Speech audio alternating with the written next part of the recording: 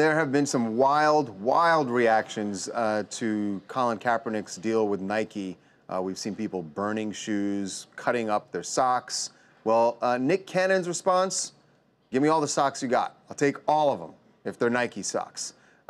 Nick, who clearly feels, supports Nike and Colin, went out to a Nike store in LA and bought all of the black socks, all the black Nike socks in the store, and he's going to donate them to the homeless. So you've heard a lot of people say, don't burn your stuff if you're against it, then donate it to someone. Donate it to homeless veterans. Well, it's also, shut up.